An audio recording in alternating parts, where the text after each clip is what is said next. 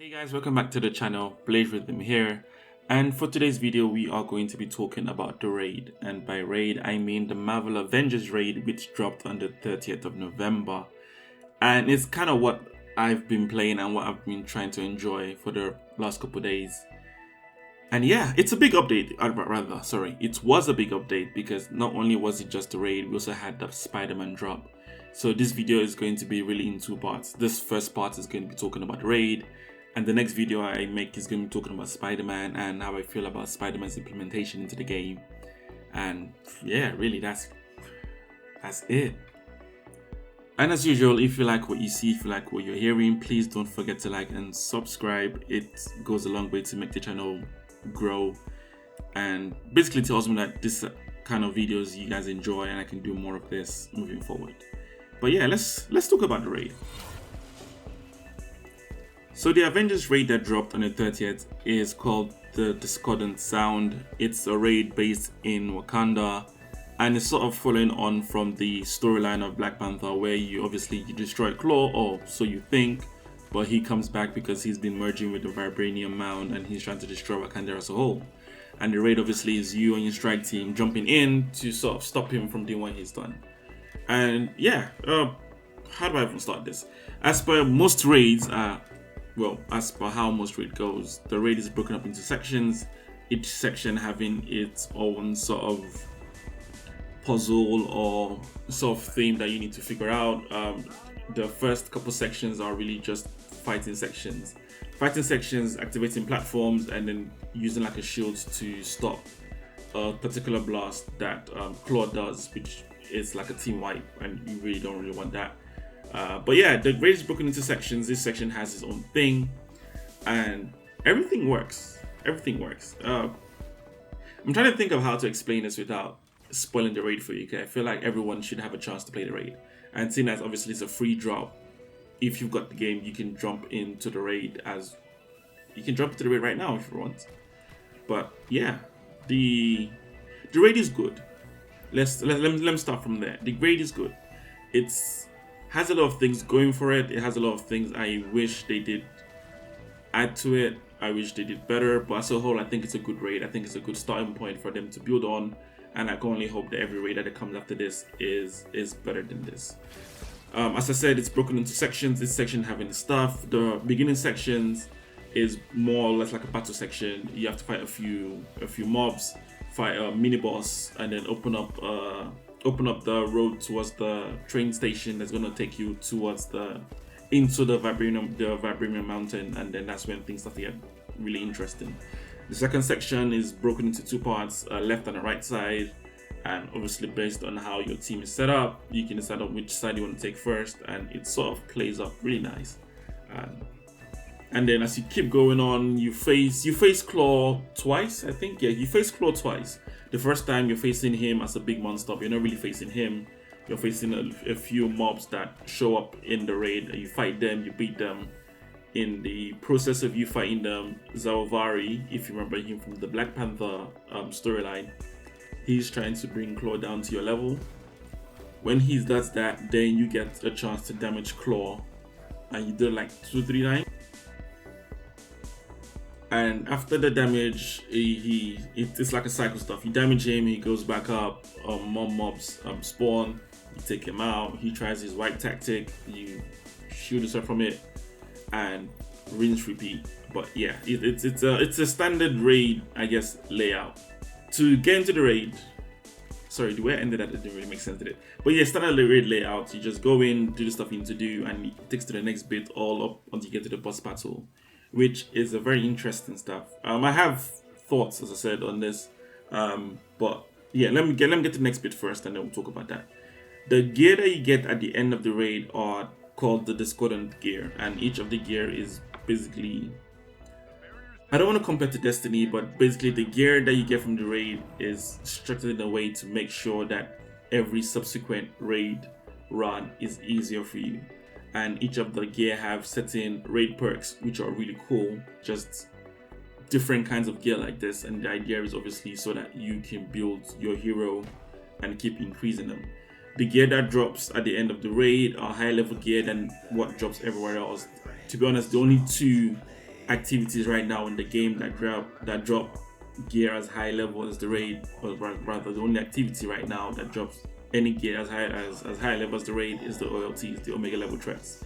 So right now, every week, every reset, you get 2 chances to get really high level stuff, which is the raid and the OLTs. I wish there was a lot more in terms of routes to get high level stuff, because OLTs and raids require you to LFG, looking for a group or find a team to complete these activities, because doing it with randoms is not always a pleasant experience for a lot of reasons. One being OLTs are bugged, the raid is bugged. You know what, actually, let me hold that to the side. But yeah, the gear drops are good. They are geared towards helping the raid run better. It's also geared towards helping your strike team run better. And you get obviously different variations of it and whatnot. You can run the raid for as long as you want, for as many times as you want during a week, during the reset week.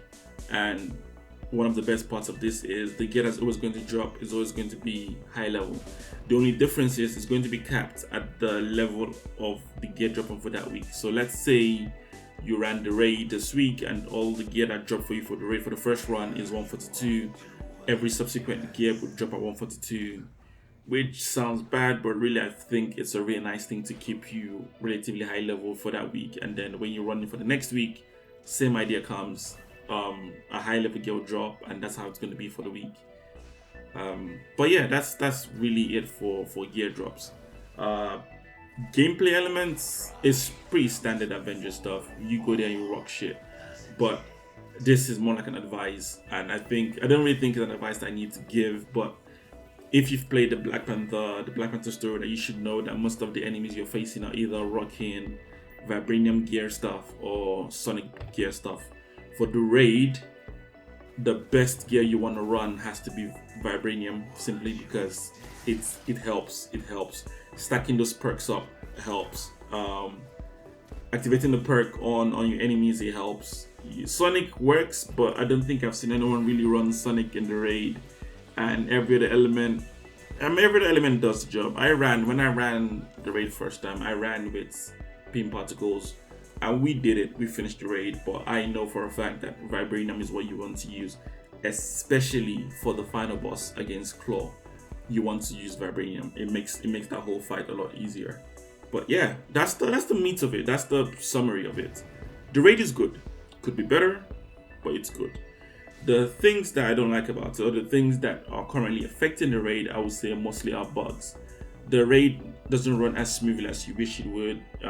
We've had instances where some bits bugged out, so we had to reload checkpoints. We had bits where enemies weren't spawning, so we had to reload checkpoints. We had bits where we were getting down by Claw from the most random of attacks. Made no sense. I'm hoping that these are problems that the devs are thinking about how to fix and whatnot. Hopefully it becomes a smoother experience. There is one thing though for the boss, which at the moment I'm choosing to, what's the phrase for this? I'm choosing to believe that it's a bug, and that's a wipe mechanic that Claw has. After every damage phase, he sort of disappears back into the background and he points his weapon at the group, and it's an instant wipe for wherever he points it to. It's not dodgeable. I don't know if that is intentional or if that's a mistake. It looks like it's a mistake because it's an instant wipe, and it doesn't make sense why we should have an instant wipe without having a chance to counter it. But yeah, it's a very annoying thing. So yeah, the raid is bugged. It's not perfect, but when everything works good. So yeah, if I was to grade the raid, I'd probably give it a 7 out of 10. I think there are a lot of things going for it. And a 7 out of 10 is not even because it's not great. It's just because of certain things that I feel like would have run better. For example, I've got 2 things, right? First thing is, I wish the raid gave you a chance to explore the location for the raid. I think that would have been nice to be able to see what was, like, just see the location. I feel like after every encounter, it'd be nice to just fly around or run around, see what the location has to offer, see if there are any hidden chests, any hidden rooms, any hidden lore. I feel like this kind of things are usually nice so that you can immerse yourself in a location and just fully enjoy the experience of it. Not saying that the raid is not enjoyable enough, it's nice. And another reason why I'm saying this is because in the process of exploring, you also have the little downtime before each section, which I think would add a lot more into being able to enjoy the raid and just go from bits to bits, so that you can actually take breaks within the raid if you want to take breaks within the raid, and you don't have to just do it in one sitting, especially if it's becoming very difficult to run through, obviously for different reasons, either the gear or the team compatibility just not as tight as you'd like it to be. Saying this though, I will also say that it would have been nice if the raid had checkpoints. Checkpoints would have been a nice way to sort of give people choices of how they want to run the raid.